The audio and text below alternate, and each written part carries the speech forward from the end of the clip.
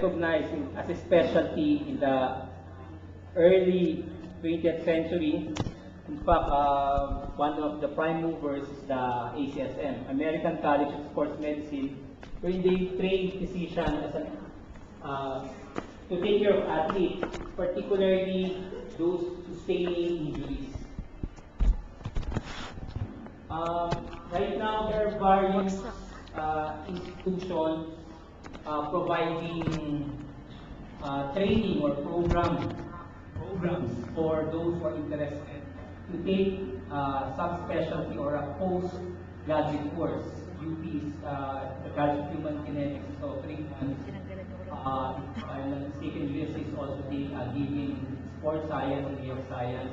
I think LaSalle and PLM are also offering post-graduate degree courses.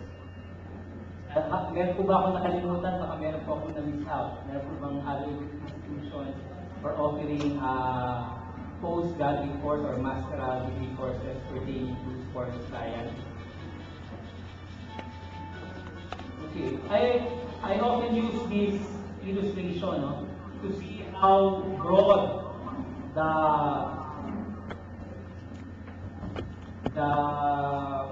program for sports medicine.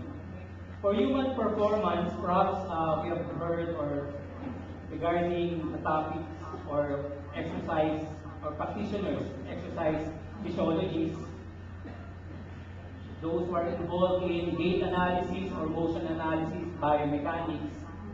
Later on, I'm going to discuss regarding sports psychology. Perhaps some of the coaches have already taken strength and conditioning training.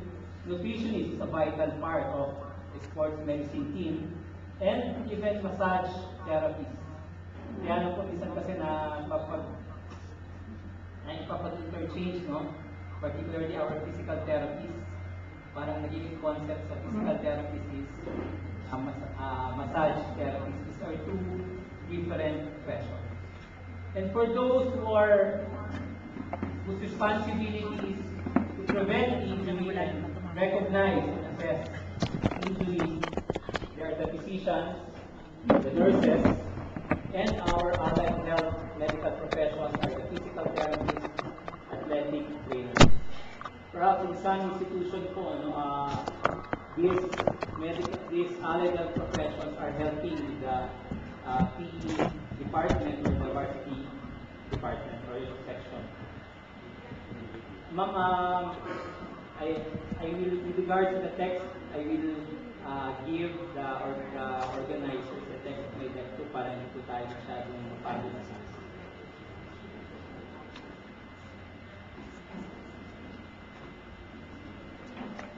Medical sports medicine wants to establish a relationship between physical activity, sports-related injuries, and human body. One of our primordial duty as a varsity physician or a sports medicine practitioner involved with the care of athletes is to prevent injury. We coordinate with the coaches, athletic trainer, but of course, the central figure in the sports medicine, in our sports medicine practice will always be the athlete.